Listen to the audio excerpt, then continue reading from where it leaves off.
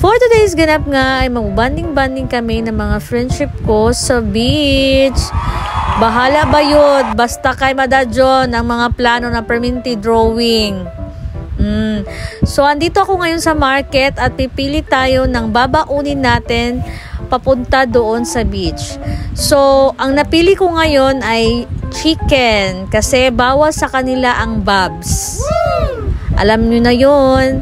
Kasi yung mga friendship natin is Muslim. Bawas sa kanila yung baka malibing tayo ng buhay. Kung pumunta. Oy, bawal yan. So, ang napili kong recipe mga friendship is ang fried isaw. Kay barato naman ang kilo. So, sunod, pumili na rin ako ng manok para pripituhin na din. Para makakain din naman yung mga kids. Alam nyo naman, pag may mga kids, may baon tayong fried chicken ala Jollibee. Baka naman. Char. Another one. Jollibee. Baka naman. Gago! So mga friendship, tinitimbang na ngayon ni ate kung nakamagkano tayo sa isang whole chicken. So bayaran time mga ka-friendship. So nagbayad na nga ako dito sa cashier ng mga pinamili kong karne ng manok. At kumuha na rin pala ako ng crispy fry dito mga ka-friendship dahil nakalimutan ko pala na ubos na yung stock ko ng crispy fry sa bahay.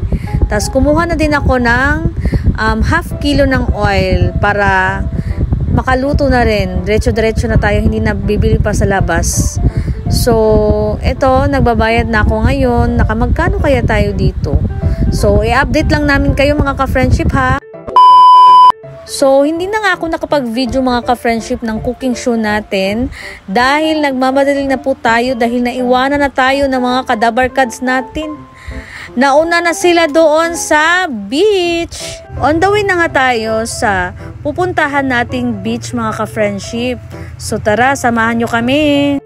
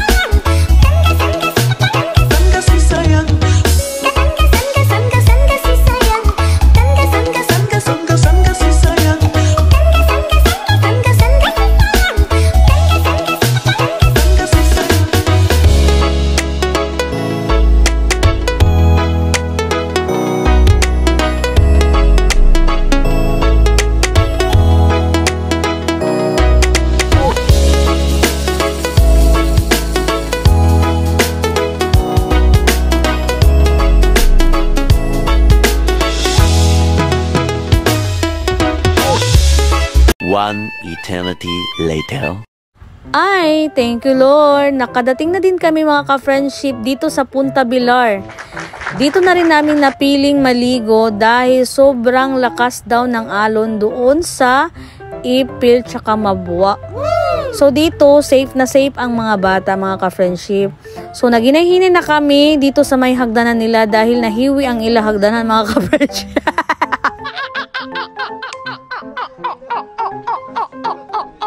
So, papunta na kami ngayon mga ka-friendship sa cottage namin sa baba. Na-slide pa nga si Madam.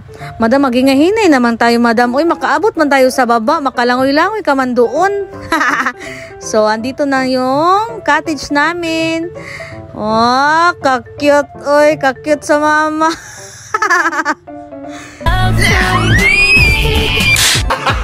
Gago! So, naginahinay lang kami dito mga ka-friendship dahil mabato. Baka madiskrasya tayo. So, naginahinay kayo mga ka-friendship kay may dala man kami mga bata mga ka-friendship. Oh, nag-beautiful eyes pa nga ang mga ka-friendship nating si Linlin. Paano masabi? So, maura to mga ka-friendship kay wala namin naka-outroan ni mga ka-friendship kay grabe gasud ka enjoy kay rest day ba ya on Sunday then family day sad namo gi-enjoy ra ka namon rest namo na long pa oras o adlaw. So maura to mga ka-friendship. Thanks for watching. Bye-bye. Bye-bye, Anemi. Oh, nag-beautiful. Mama, in love malagi madungaga na po si Zinzin. Uy. Ha, bye-bye.